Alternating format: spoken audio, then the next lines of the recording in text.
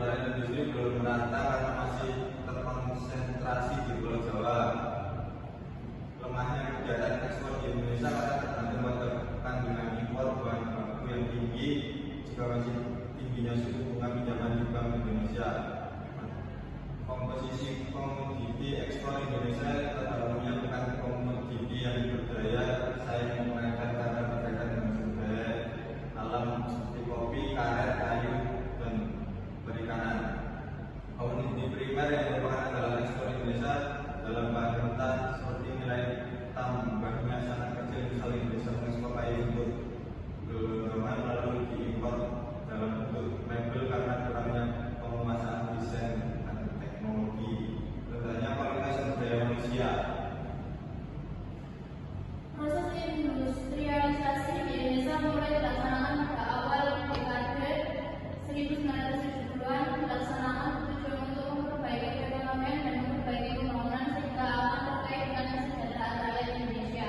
Namun semua industrialisasi yang dilakukan tadi mulai memakai strategi substitusi impor sampai pada strategi promosi ekspor mengalami kegagalan, sehingga diperlukan adanya strategi industrialisasi yang tepat untuk Indonesia. Terdapat 3 tujuan penting dari industrialisasi yang harus dicapai, yaitu yang pertama menciptakan nilai tambah ekonomi, yakni nilai tambah dari semua sektor yang ada, termasuk industri, pertanian, dan pertambangan. Yang kedua meningkatkan efisiensi ekonomi, dan yang ketiga mengurangi ketergantungan pada impor. Aspek-aspek untuk alternatif strategi industri. Dalam pemilihan alternatif strategi industri yang tepat untuk diterapkan di Indonesia untuk mencapai tujuan tersebut, ada sejumlah aspek yang harus diperhatikan, yaitu satu, terdapat 2 sektor ekonomi yang besar di mana Indonesia memiliki keunggulan kooperatif, yaitu pertanian dan pertambangan. Maka dalam proses industrialisasi harus dibangun atau dikembangkan keterkaitan produksi antara 2 sektor primer tersebut dengan sektor industri manufaktur. 2, dibangun atau dikembangkan keterkaitan produksi antara sektor industri manufaktur dengan sektor sekunder lainnya dan sektor-sektor tersier.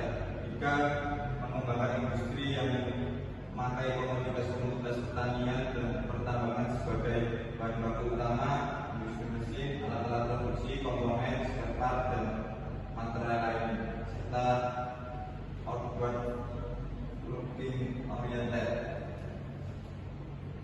Industrialisasi harus mendukung pelaksanaan otonomi daerah. Industrialisasi tidak boleh lagi terpusatkan hanya di Jawa, tetapi harus menyebar ke wilayah-wilayah di luar Jawa. Strategi industrialisasi yang tepat adalah yang bisa meningkatkan kemampuan perusahaan lokal atau nasional dalam berproduksi, mengembangkan teknologi dan produksi dengan merek sendiri.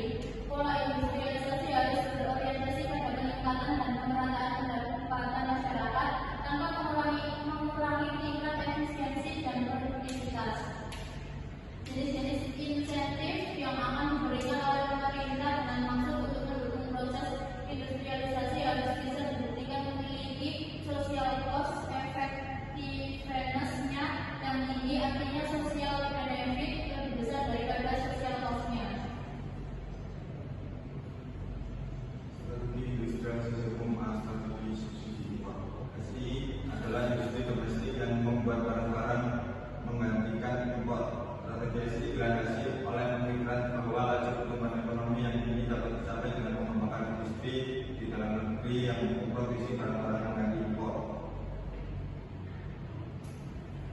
Strategi promosi ekspor. Strategi promosi ekspor lebih berorientasi ke pasar internasional dalam besaran pengembangan industri di dalam negeri. Strategi promosi ekspor dilandasi oleh pemikiran bahwa laju pertumbuhan ekonomi yang tinggi hanya bisa direalisasikan jika produk yang dibuat di dalam negeri dijual di pasar ekspor. Yang presentasi